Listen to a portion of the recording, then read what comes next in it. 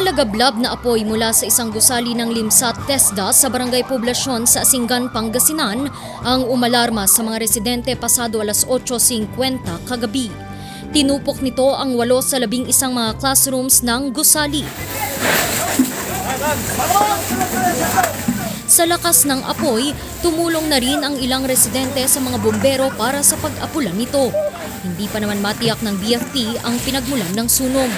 Bali, dyan po kasi ma'am yung mga nagpipik na mga estudyante, may mga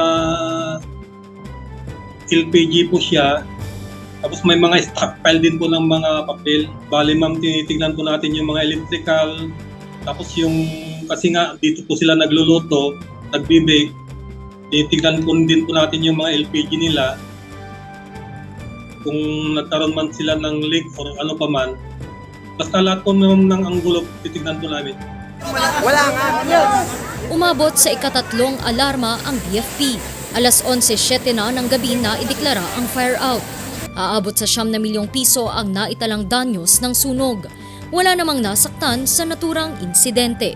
Samantala, dahil sa pangyayari, nagdeklara kaninang umaga ng suspensyon ng klase ang paaralan sa halos 200 apektadong mga mag-aaral.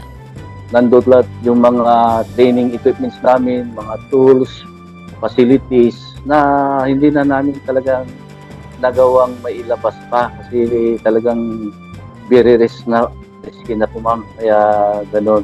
Gumagawa na rin sila ng paraan upang maipagpatuloy ang klase ng mga apektadong estudyante. Randy Guzman para sa Luzon Headline.